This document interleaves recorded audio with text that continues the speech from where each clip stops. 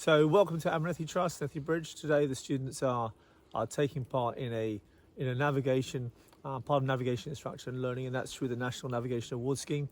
What they're doing that for is part of a key part of their preparation to be competent, confident, independent mountaineers, also to aspire to be leading others in the mountains.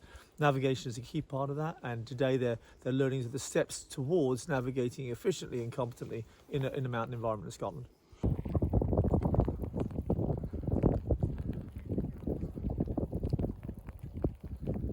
If we can reduce some of the barriers to using the outdoors, in this case, the fear of being lost by knowing where you are, then it's a great thing to learn. It's a great thing to learn at the sort of start of your progression to being a leader in the outdoor environment. We've come up the road here and come into the car park, and the bus is parked about there, and we've walked along, and you see the little narrow neck into this area here, so that's just there, and the black oblong is the building.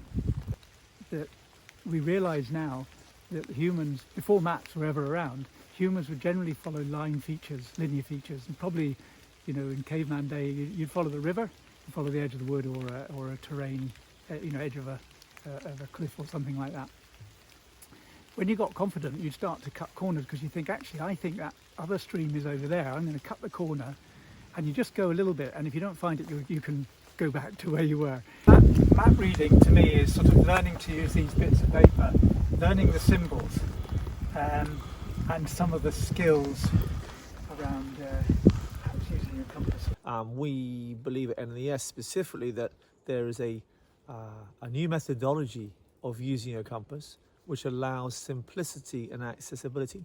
Very often there's been a barrier for people to navigate because it's too maths based or it's too many numbers, whereas we believe that the new system that you'll see in this film will help you do it without having to recourse to advanced maths. All we're doing, we're just making sure the needle's lined up with the north-south grid line, and I'm just looking at the needle. I'm not interested in the base plate, but I can see that slope is, as you said, northwest. Yeah. Very, very simple.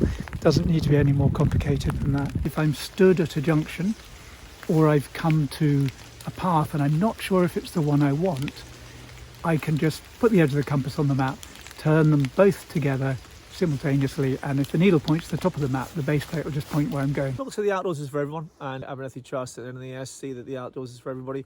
Mind with contours that you feel the ground. Yeah.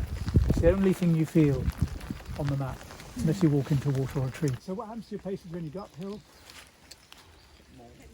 You take more. What happens when you go downhill? Depends how steep it is. You see, you always get all the debate.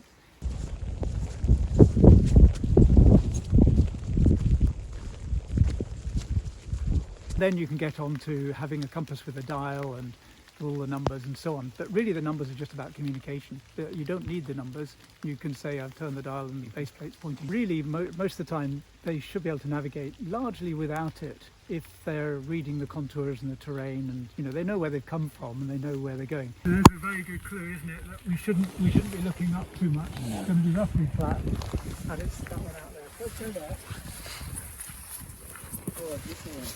The other thing that's made a huge difference, of course, to navigation is the GPS, and I think increasingly now we realise that it's not an either or, it's how can we combine them. But what we also want to do is try to make the decisions ourselves. So if you're going to follow the dot on the GPS and just look at that, the GPS is controlling you. If you decide from your map and compass, this is the way I'm going to go, you've made the decision. You can use the GPS with you in complete control just to confirm it. And so there's lots of variations in the middle of that as to how much control you give to the device and how much control you take on. And of course, if you've got the map and compass skills, you've got the backup, and you can navigate without it if the battery goes or anything else.